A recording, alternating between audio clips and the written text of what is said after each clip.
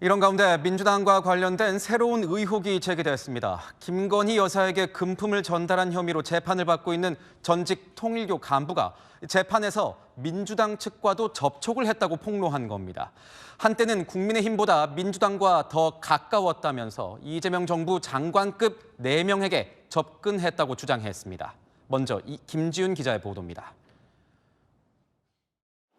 지난 2022년 열린 통일교 행사 한반도 평화 서밋. 김건희 특검팀은 통일교가 이 행사를 기점으로 윤석열 전 대통령 당선에 인적, 물적 자원을 총동원했다고 봤습니다.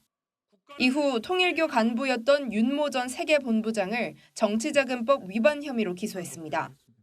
그런데 윤 전 본부장은 어제 재판에서 문재인 정부 시절인 지난 2017년부터 2021년까지는 국민의힘보다 민주당과 더 가까웠다고 주장했습니다.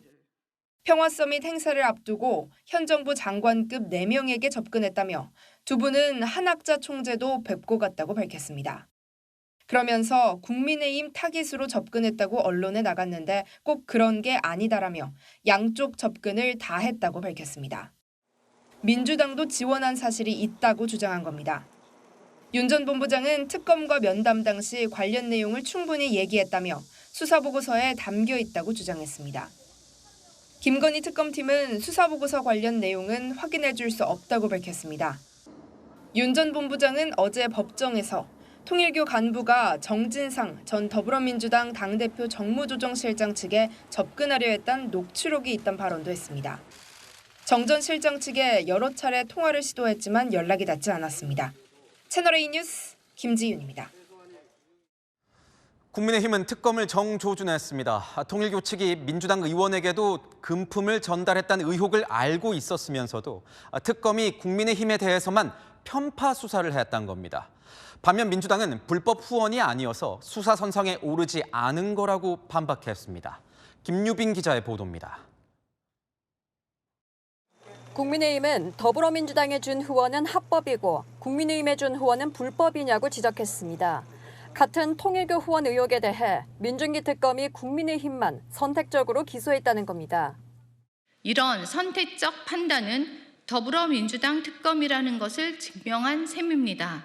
야당 유죄, 여당 무죄를 노골적으로 관철하는 것 아니겠습니까? 국민의힘은 특검 즉각 해체와 함께 민주당을 포함한 전면 재수사를 압박했습니다. 특검에 대한 특검을 해야 할 판입니다.